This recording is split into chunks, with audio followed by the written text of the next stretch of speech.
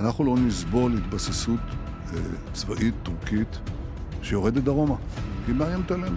את זה העברנו באופן כללי. עכשיו אנחנו ראינו שיש כוונה של טורקיה להתבסס בשדה תעופה דרומית לקו שלה, קרוב לחלב, והעברנו מסר.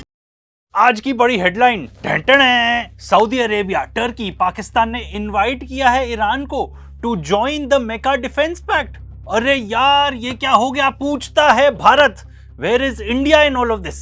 वैसे इसके बारे में बात करेंगे, पर पहले आपको ये बता दें कि ये जो इनविटेशन है ये ऑफिशियली किसी ने कंफर्म नहीं करी है, बट ये बहुत ही वैलिड सोर्सेज से आया है, तो इसके बारे में बात करेंगे। पर इससे पहले समझना जरूरी है कि भाई ये डेवलपमेंट एकदम से हो कैसे गई, या एकदम से नहीं हुई, इन द पाइपलाइन ही थी ये डेवलपमेंट। हम आपको पहले ही बता चुके हैं मेका अग्रीमेंट के बारे में, जिसमें है Saudi Arabia, Turkey and Pakistan. And अब तो और भी क्लियर हो गया है इस डेवलपमेंट के बाद कि ये जो पूरा डिफेंस पैक्ट बन रहा है ये किसके खिलाफ बन रहा है, कौन है असली थ्रेट, कौन है ऐसा जो पूरे रीजन को आग लगा देना चाहता है। नो प्राइजेस फॉर गेसिंग, एक ही ऐसा देश, वो है इजराइल। एंड इजराइल तो ऑलरेडी बोल चुका है Turkey is the new Iran. उनका जो लीडर ऑफ ऑपोजिशन है नफ्ताली बेनेट, वो ऐसा बोल चुका है। तो क्रोनोलॉजी समझते हैं। सबसे पहले सीरिया में असाद का राज था, उसके ऊपर सीरिया के ऊपर इतने सैंक्शंस लगा लगा के उनकी मिलिट्री की भी इतनी बुरी हालत कर दी कि असाद रेजीम ही गिर गई। उसके बाद आ जाता है ये अल जोलानी, जो एक्चुअली नंबर 1 टेररिस्ट है। अगर आप क्लासिक टेररिस्ट की बात करो तो ये बंदा अल नुसरा में रह चुका है, अल कायदा में रह चुका है, आइसिस में रह चुका है। उसके बाद इसको बना देते हैं प्रेसिडेंट ऑफ सीरिया। अब तो एकदम खुल ही जाता है जब इसको बना देते हैं प्रेसिडेंट ऑफ सीरिया के। आइसिस और इन सबको, अल कायदा को कौन बैक करता है? United States of America back करता है। And in this particular case ये जो एंटी असाद फोर्सेज होती हैं, मतलब कि अल जोलानी, इसको तो टर्की भी बैक करता है। एंड जब से असाद रेजीम गिरती है, उनकी मिलिट्री टोटल कोलैप्स हो जाती है, उसके बाद इजराइल को दिखता है मौका कि भाई मैं और जमीन हथिया लूं, क्योंकि इजराइल यही करने बैठा है। तो जो सीरिया के अंदर गोलान हाइट्स है उसको जाके कब्जा लेता है। उसके बाद जाके भारी बॉम्बार्डमेंट करता है सीरियन आर्म्ड फोर्सेस के ऊपर। ये कहा जाता है कि 480 टाइम्स उसने सीरिया के ऊपर बॉम्बार्ड किया। एंड वहाँ के जितने भी मिलिट्री एयरक्राफ्ट थे, जितने भी मिलिट्री की एक्सेसरीज थी, वेपन डिपोज थे, उन सबको खत्म कर दिया। तो इजराइल ये सब क्यों कर रहा है? ऑफ कोर्स सिंपल बात है, अगर आप ये चैनल फॉलो करते हो तो आप अच्छी तरीके से जानते हो, इजराइल ग्रेटर इजराइल बनाना चाहता है एंड आसपास जितने भी देश हैं उन सबको एकदम खत्म कर देना चाहता है। तो उसको यहाँ पे सीरिया के अगेंस्ट अपॉर्चुनिटी मिली तो उसने जमीन भी हथियाई एंड वहाँ की जो मिलिट्री थी उसको भी खत्म कर दिया। फिर उसके बाद टर्की आके कहता है कि हम सप्लाई करेंगे सीरिया को आर्म्स, इक्विपमेंट भी पहुंचाएंगे, गोला बारूद सब देंगे, उनकी मिलिट्री को भी ट्रेन करेंगे। हम आपको पहले वीडियो में भी बता चुके हैं कि कैसे टर्की और इजराइल का आमना सामना हो सकता है। एंड अनफॉर्चुनेटली अब हम एस्केलेशन देख चुके हैं। एंड नो प्राइजेस फॉर गेसिंग कि एस्केलेशन आ रही है इजराइल की तरफ से। इजराइल ने क्या किया? इजराइल ने जाके सीरिया के अंदर जो मिलिट्री एयरपोर्ट्स थे उसको जाके बॉम्बार्ड कर दिया। उसकी अगर आप सैटेलाइट इमेजेस देखोगे तो वहां पे जितने रनवेज थे एंड कुछ छोटी मोटी बिल्डिंग्स थी उनको पूरा तबाह कर दिया। क्यों? क्योंकि बेंजामिन नेतन्याहू का कहना है कि भाई इजराइल और सीरिया के बीच में एक स्टेटस को अग्री हुआ था, बट सीरिया अपने एयर बेसिस टर्की को देना चाहता है। तो इजराइल बेसिकली कह रहा है कि भाई टर्की, आप सीरिया को आर्म करने वाले हो, आप वहां पे जाके अपना एयरबेस बनाने वाले हो, इसलिए हमने जाके वो पहले ही प्रीएम्प्टिवली, जैसे कि इजराइल हमेशा करता है, वो एयरबेस ही उड़ा दिया। अब बहुत सारे एक्सपर्ट्स का ये मानना है कि ये इसीलिए किया इजराइल ने क्योंकि वो टेस्ट करना चाहता है। वो टेस्ट करना चाहता है कि भाई ये जो मेका डिफेंस पैक्ट है ये कितना स्ट्रांग है, कितना एग्जीक्यूट हो सकता है ये पर्टिकुलर अग्रीमेंट अगेंस्ट इजराइल। तो इसलिए उन्होंने जाके चेतावनी के तौर पर ये पर्टिकुलर जो एयरबेस था उसको बॉम्बार्ड कर दिया। एंड साथ ही साथ वार्निंग देना चाहते थे वो एर्डोगान को कि भाई अगर आप सीरिया में जाके कोई भी टाइप की मदद करोगे सीरिया को तो हम वहां पे मौजूद रहेंगे, पहले ही बॉम्बार्ड कर देंगे, वो ये बताना चाह रहे हैं। ठीक है, साथ ही साथ टर्की के जो प्रेसिडेंट है एर्डोगान, वो डमास्कस यानी कि सीरिया भी जाने वाले थे एक विजिट पर। एंड देखो इजराइल में आने वाले हैं इलेक्शंस, तो इजराइल को चाहिए नए नए एनिमीज। तो अब नेतन्याहू क्या करता है, ये तो बहुत ही फनी चीज है, उसने ऐसे करा, वो टर्किश प्रेसिडेंट एर्डोगान को, जो न्यूयॉर्क के मेयर है जोरान ममदानी को, उन दोनों के पूरे बिलबोर्ड्स चिपका दिए उन्होंने इजराइल के अंदर एंड घोषित कर दिया उनको एज एनिमीज ऑफ इजराइल। बहुत सारे एक्सपर्ट्स का ये भी कहना है कि भाई उस बेस को बॉम्बार्ड करने की जरूरत थी ही नहीं, क्योंकि उसी बेस के पास, टर्किश बॉर्डर के पास, टर्की का ऑलरेडी एक एयरबेस है। एंड साथ ही साथ टर्की और इजराइल के बीच में एक हॉटलाइन एस्टैब्लिश्ड है, वो सबको इसराइल ने सोचा कि भाई हम क्यों बात करें इन लोगों से, हम जाके बॉम्बार्ड ही कर देते हैं। तो ये रिपोर्ट किया जा रहा है कि ये जो एयरबेस था इसको असली में टर्किश ऑफिशियल्स रेनोवेट करना चाह रहे थे, एंड ये जो अटैक होता है इसके ऊपर, एयर स्ट्रिप के ऊपर एंड कुछ स्टोरेज फैसिलिटीज होते हैं, उसको बॉम्बार्ड किया जाता है, कोई भी कैजुअलिटीज नहीं रहती। ये भी रिपोर्ट किया जा रहा है, ये कर्नल मैकग्रेगर ही बता रहे थे कि भाई उन्होंने सैटेलाइट से कंफर्म कर लिया था कि टर्की के कोई भी वहां पे आर्मी के पर्सनल नहीं है, तभी जाके उन्होंने बॉम्बार्ड किया। अब ये अमेरिका के लिए बहुत बड़ी प्रॉब्लम हो गई है, उसके बारे में आगे डिस्कस करेंगे, बट यहाँ पे ये भी बताया जा रहा है कि इजराइल ने अमेरिका से परमिशन ली थी कि हम जाके ये बेस बॉम्बार्ड करना चाहते हैं। अमेरिका ने क्लियर कट मना कर दिया था कि आप ऐसा कुछ भी नहीं करोगे, पर फिर भी इजराइल तो इजराइल है। एंड देखो सिंपल बात है, अमेरिका को कौन चलाता है, अमेरिका की एटलीस्ट फॉरेन पॉलिसी कौन चलाता है, और एटलीस्ट अमेरिका की मिडिल ईस्ट की फॉरेन पॉलिसी कौन चलाता है, इजराइल चलाता है। एंड साथ ही साथ इजराइल ये भी मानता है, ऐसा उनका प्रेस बता रहा है, कि भाई अगर हम जाके सीरिया के अंदर बॉम्बार्ड करते हैं किसी भी टर्किश बेस को, तो उस पे नेटो का आर्टिकल 5 इन्वोक ही नहीं होता, क्योंकि नेटो का जो आर्टिकल 5 है वो तभी ऑपरेबल होगा, मतलब यानी कि इन प्ले आएगा, अगर हम जाके टर्की के अंदर कुछ बॉम्बार्ड करते हैं, टर्किश सॉइल के ऊपर बॉम्बार्डमेंट करते हैं। एंड ये ऐसा पहली बार नहीं है कि सीरिया में जाके इजराइल ने बॉम्बार्डमेंट की हो कोई ऐसे बेस के ऊपर जहां पे टर्किश इंटरेस्ट था। 2025 में भी ऐसा हो चुका है कि टर्की की जो मिलिट्री टीम्स थी वो कोई पर्टिकुलर बेसिस एनालाइज करने गई थी, उसके बाद इजराइल ने उन पर्टिकुलर फैसिलिटीज को बॉम्बार्ड कर दिया। एंड यहाँ पे Syrian observatory for human rights ये रिपोर्ट कर रही है कि जिन बेसिस को बॉम्बार्ड किया, बॉम्बार्डमेंट के पहले टर्किश मिलिट्री डेलीगेशन उस पर्टिकुलर एयरफील्ड को विजिट कर चुकी थी, यानी कि टर्की का एक्चुअली कोई प्लान हो सकता था वहां पे उसको रेनोवेट करने का, एंड हो सकता है टर्की खुद भी वो पर्टिकुलर बेस यूज कर सकता था। हालांकि टर्की का ये क्लेम है कि भाई हम तो सिर्फ उसकी रिफर्बिशमेंट में एंड उसको रिकंस्ट्रक्ट करने में हेल्प करने वाले थे, कुछ कंसल्टेंसी दे रहे थे, हम एक्चुअली वो बेस टेक ओवर नहीं करने वाले थे। पर प्रॉब्लम ये है ना इजरायलीज के साथ कि वो बातचीत नहीं करते हैं, वो हमेशा चाहते हैं कि नेक्स्ट वॉर इंस्टिगेट हो, नेक्स्ट कॉन्फ्लिक्ट इंस्टिगेट हो, and they don't back down. मतलब इनमें वैसे भी जो एक नॉर्मल ह्यूमन बीइंग में, एक नॉर्मल इंसान में थोड़ी इंसानियत होती है, वो तो इन लोगों में है नहीं। एंड इन लोग के साथ प्रॉब्लम ये है कि ये लोग कंटिन्यूसली आपको अटैक करते जाएंगे जब तक आप प्रॉपर रिटेलिएशन ना करो इनके अगेंस्ट। एंड इसका बहुत अच्छा एग्जांपल है ईरान। तो जो इजराइल का डिफेंस मिनिस्टर है, उन्होंने on behalf of Israel basically खुली धमकी दे चुके हैं वो टर्की को कि आप सीरिया के अंदर जाके कुछ भी नहीं करोगे। अब इससे अमेरिका बहुत चिंतित है। वहां पे जो उनका एम्बेसडर कह लो सीरिया में, जो टॉम बैरक है, एम्बेसडर इन सीरिया, वो लगा है कि भाई किसी तरीके से इस चीज को डीएस्केलेट करें। मतलब पूरी अमेरिकन टीम इस चीज को डीएस्केलेट करना चाहती है, ट्रंप डीएस्केलेट करना चाहता है, क्योंकि सिंपल बात है, टर्की अमेरिकन एलाय है, टर्की नेटो का पार्ट है, एंड जो टर्किश प्रेसिडेंट है एर्डोगान, उनके ट्रंप के साथ भी अच्छे रिलेशनशिप है। तो ये मीटिंग कराई जा रही है सीरिया और इजराइल के बीच में, एंड अमेरिका फुल कोशिश कर रहा है कि भाई डीएस्केलेट करा दे इन चीजों को, क्योंकि देखो सिंपल है, इजराइल अमेरिका के लिए बहुत ही ज्यादा हार्मफुल बन चुका है।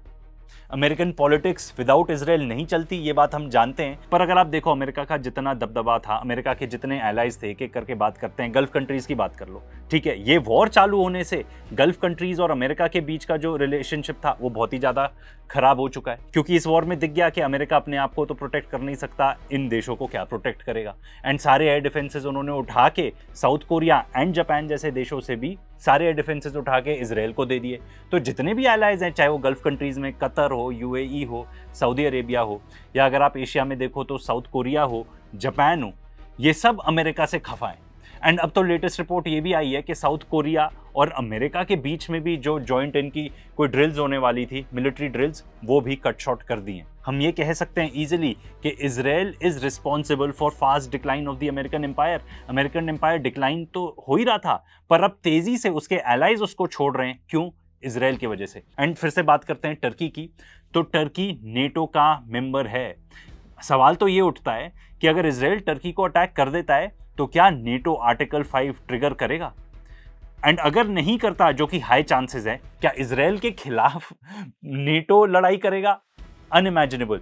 तो भाई अगर ऐसा नहीं होता तो फिर नेटो का क्या होगा? तो फिर सब यही कहेंगे कि भाई नेटो का कोई फायदा है नहीं नेटो के अंदर रहने का। कुछ चीजें और भी हैं टू नोट कि क्यों कॉन्फ्लिक्ट है काफी भारी बिटवीन टर्की एंड इजराइल। सबसे पहले तो सीरिया होता था, वहां पे एक ढंग की डिसेंटली स्ट्रॉन्ग सरकार यू कुड से थी, या रिजीम थी यू कुड से। अब दोनों के बीच में सीरिया को लेके लड़ाई है। टर्की चाहता है कि सीरिया में एक अच्छी स्ट्रॉन्ग एडमिनिस्ट्रेशन रहे, एक सेंट्रलाइज्ड रहे, पूरा सीरिया इकट्ठे रहे। इजराइल चाहता है कि नहीं, बल्कनाइज कर दो, छोटे छोटे टुकड़ों में बांट दो, क्योंकि अगर आप बड़े देश को छोटे छोटे टुकड़ों में बांट दो, बल्कनाइज कर दो, तो भाई वो बड़ा देश बचता ही नहीं है, उसमें उतनी ताकत ही नहीं बचती। एंड ये इजरायली मॉडल है कि जहां भी जाओ, वॉर जीतना ना जीतना अलग बात है, पर वहां पे डिस्ट्रक्शन करके आओ। एंड अमेरिका को वो यूज करता है एज अ टूल ये डिस्ट्रक्शन करने के लिए। साथ ही साथ इजराइल बैक करता है कर्डिश लोगों को, एंड कर्डिश लोग या जो पूरा कर्डिश क्लैन है वो टर्की के लिए एक बहुत बड़ा थ्रेट है। इसीलिए वॉर के दौरान जब कोशिश की जा रही थी कि कर्ड्स को आर्म किया जाए, कि वो एक सॉर्ट ऑफ इनकर्जन करें, यानी कि थ्रू लैंड ईरान को अटैक करें, तो टर्की ने पहले ही ईरान को इन्फॉर्म कर दिया था कि ऐसा कुछ होने वाला है। एंड इनफैक्ट टर्की ने फोर्स किया था यूनाइटेड स्टेट्स ऑफ अमेरिका को कि भाई आप कर्ड्स को आर्म नहीं करोगे, क्योंकि इन टर्न वो टर्की के लिए बहुत बड़ी प्रॉब्लम बन जाती। एंड अब आप ये देखो, मतलब ये इस टाइप की चीजें जब मैं देखता हूं तो मुझे लगता है कि जो इजरायलीज हैं एकदम ही पागल हैं, जीरो रैशनैलिटी रह गई है इन लोगों में। बहुत सारा तेल, क्रूड ऑयल जो आता है इजराइल के अंदर, वो आता है थ्रू अ बीटीसी पाइपलाइन। ये अजरबैजान से ओरिजिनेट होती है, वाया टर्की, जी हाँ, वाया टर्की इजराइल के पास जाती है। ऑलमोस्ट आधा ऑयल जो इजराइल के पास आता है वो इस पर्टिकुलर पाइपलाइन के थ्रू आता है। तो भाई आप अपने एलाय को, टर्की एलाय ही हो गया ना अगर वो अलाउ कर रहा है ये पूरा ऑयल, इवन दो जेनोसाइड चल रही है, इतने सारे कमेंट्स जो उनके प्रेसिडेंट एर्डोगान वो देते रहते हैं इजराइल के खिलाफ, बट आज तक कोई भी मीनिंगफुल एक्शन उन्होंने नहीं लिया। अगर चाहते तो आसानी से कहते बस आप ये जेनोसाइड बंद करो, मैं ये पाइपलाइन बंद कर रहा हूँ। एंड अगर 50% ऑयल की बात करें तो मुझे लगता है कि ईरान वॉर स्टार्ट करने से पहले अमेरिका का प्लान था ही था कि भाई वेनेजुएला में जाके कू करा दिया जाए या वहां के प्रेसिडेंट को उठा लिया जाए, जैसे उन्होंने किया, क्योंकि आज के डेट में हाफ ऑफ वेनेजुएलन ऑयल जा रहा है to United States of America. And देखो ये दोनों देश जो है ना, टर्की एंड इजराइल, तैयारी कर रहे हैं, they are preparing for war. कैसे तैयारी कर रहे हैं उसके ऊपर हमने एक डिटेल वीडियो बनाया, उसको जरूर चेकआउट करना। अब वापस आते हैं to the main headline. Saudi Arabia, Turkey, Pakistan वो इनवाइट कर रहे हैं ईरान को कि भाई आप मेगा डिफेंस पैक्ट ज्वाइन कर लो। देखो ये होगा कि नहीं, मुझे तो लगता है होगा, पर उससे पहले बहुत सारे पड़ाव हैं, बहुत सारे डिफरेंसेस हैं जिनको रिजॉल्व करना पड़ेगा। सबसे पहले जो ईरान के एलाइज हैं, यमन में जो हूतीज हैं, उनकी लड़ाई चल रही है सऊदी के खिलाफ। इनफैक्ट सऊदी अरेबिया के ऊपर भारी बॉम्बार्डमेंट हो रही है, उनके जो रिफाइनरीज हैं उनको काफी टारगेट किया जा रहा है। तो सबसे पहले तो ये जो डिफरेंस है आपको इसको रिजॉल्व करना पड़ेगा। एंड ऐसा नहीं है कि ये डिफरेंस रिजॉल्व ही नहीं हो सकता, चाइना ने भी ब्रोकर कराई थी एक deal between Iran and Saudi Arabia. एक और बात इस अलायंस के बारे में, इसको कहा जा रहा था इस्लामिक नेटो, इसको कहा जा रहा था कि ये सुन्नी देशों का एक पर्टिकुलर पैक्ट है, ठीक है, but this is much bigger than that, ये इससे कई बड़ा है। इसके बारे में बातचीत 2020 से चल रही है। एंड कौन कर रहा था इसके बारे में बातचीत? चाइना और रशिया। वो हमेशा चाहते थे कि भाई ये जो यूएस सिक्योरिटी अम्ब्रेला है, जिसके वजह से बहुत सारे गल्फ कंट्रीज अमेरिका के साथ चिपके रहते हैं, उनको अपना माई बाप बना के रखते हैं, उनको मतलब लिटरली ट्रम्प को तो ब्राइब करते हैं यार, उसको बोइंग्स और क्या क्या चीजें गिफ्ट करते हैं, कहते हैं हम $1 ट्रिलियन वर्थ ऑफ इन्वेस्टमेंट करेंगे आपके देश में। इसके खिलाफ एक कलेक्टिव सिक्योरिटी कॉन्सेप्ट होना चाहिए। एंड इसके बारे में ये दो दिग्गज देश बात कर रहे हैं बहुत टाइम से, 2020 से। एंड वो हमेशा से जानते थे कि ईरान बहुत ही की रोल प्ले करेगा सिक्योरिटी अरेंजमेंट के इस पर्टिकुलर रीजन। अब स्टार्ट होता है ईरान वॉर। ईरान वॉर के दौरान ही जो ईरान के फॉरेन मिनिस्टर हैं वो जाके मिलते हैं व्लादिमीर पुतिन से, उसके एक हफ्ते बाद वो जाके मिलते हैं चाइनीज फॉरेन मिनिस्टर वांग यी से। एंड दोनों जगह एक ही चीज मिलकर सामने आती है, व्लादिमीर पुतिन भी ये बात करते हैं, चाइना की तरफ से भी ये स्टेटमेंट आता है कि हमको एक न्यू सिक्योरिटी आर्किटेक्चर चाहिए पर्शियन गल्फ में। तो इसका मतलब क्या हुआ? ये जो सिक्योरिटी आर्किटेक्चर बनेगा ये किसके खिलाफ बनने वाला है? अमेरिका के खिलाफ बनने वाला है, एंड ऑफ कोर्स इजराइल के खिलाफ बनने वाला है। क्योंकि देखो बात सिंपल है, ये दोनों देश ना सिर्फ डिस्ट्रक्शन चाहते हैं, ये वॉर्स जो चले हैं मिडिल ईस्ट में वो इस चीज का प्रूफ है। आप देख लो, इराक को एकदम ही खत्म कर दिया, अच्छा खासा देश था। सीरिया की बात करें, लिबिया की बात करें, एब्सोल्युटली डिस्ट्रॉयड। एंड अब वो क्या कोशिश कर रहे हैं? ईरान को डिस्ट्रॉय करने की कोशिश कर रहे हैं, टर्की को डिस्ट्रॉय करने की कोशिश कर रहे हैं। एंड इजराइल जो अपना ग्रेटर इजराइल बनाना चाहता है, इसके वजह से सबको प्रॉब्लम्स होगी। सीरिया को प्रॉब्लम होगी, टर्की को प्रॉब्लम होगी, सऊदी अरेबिया को प्रॉब्लम होगी, एंड इजिप्ट को भी बहुत ज्यादा प्रॉब्लम होगी इजराइल से। एंड अगर गल्फ कंट्रीज की बात करें, चाहे सऊदी हो गया, यूएई हो गया, कतर हो गया, कुवैत हो गया, बहरीन हो गया, इन सब देशों के लिए अमेरिका एक रिलायबल सिक्योरिटी प्रोवाइडर अब नहीं बचा, अमेरिका अपने बेसेस नहीं बचा पाया, तो इन देशों को क्या खाक सिक्योरिटी प्रोवाइड करेगा? इनको अब कोई और चाहिए, कोई और तरीका चाहिए कि कैसे ये अपनी सिक्योरिटी गारंटी कर पाए। तो ये जो नया सिक्योरिटी आर्किटेक्चर बनेगा, इसकी गारंटी कौन लेगा? चाइना लेगा, रशिया लेगा। एंड ये भी इंश्योर करना पड़ेगा इस ऑर्डर में कि ईरान को बाकी देश एज अ थ्रेट ना देखें, ऐसे ना देखें कि ईरान उनको खत्म करना चाहता है, उनके ऊपर बम बरसाना चाहता है, जबकि ईरान को एक रेगुलर देश की तरह देखें, एक पड़ोसी की तरह देखें। साथ में ये भी बातचीत है कि भाई इजिप्ट हो सकता है ज्वाइन कर लेगा ये पर्टिकुलर पैक्ट, बांग्लादेश भी ज्वाइन कर सकता है। इसीलिए इस पर्टिकुलर पैक्ट को इस्लामिक नेटो कहना बिल्कुल भी जस्टिफाइड नहीं है। एंड चलो अब बात करते हैं हमारी इंडिया को इससे क्या फर्क पड़ता है। तो भाई इंडिया तो सबसे पहले ये देखेगा कि पाकिस्तान एक फाउंडिंग मेंबर है इस पर्टिकुलर पैक्ट का, बांग्लादेश भी ज्वाइन कर सकता है। तो भाई जितना ये पैक्ट ग्रो करेगा, जितने और देश ज्वाइन करेंगे, पाकिस्तान की पोजीशन और ज्यादा बेटर होते जाएगी, पाकिस्तान की पोजीशन और ज्यादा एलिवेट होते जाएगी। अगर जियोपॉलिटिक्स की बात करें तो इसका मतलब होगा ऑपरेशन सिंदूर 2.0 करना वर्चुअली इम्पॉसिबल है। और अगर आप कर भी देते हो तो ये पिछली बार से और भी ज्यादा बेवकूफी वाला काम हो जाएगा, क्योंकि इतनी सारी डेवलपमेंट्स हो चुकी हैं इंडिया के आसपास। ये बात क्लियर है कि सब लोग अमेरिका और इजराइल के अलावा भी अपनी फॉरेन पॉलिसी सोच रहे हैं, हम बिल्कुल भी नहीं सोच रहे हैं। As a result India increasingly isolate होते जा रहा है। एंड अगर आप इजराइल को और यूएसए को मतलब विदाउट एनी अकाउंटेबिलिटी सपोर्ट करते हो तो ये बहुत ही बड़ा फॉरेन पॉलिसी ब्लंडर है।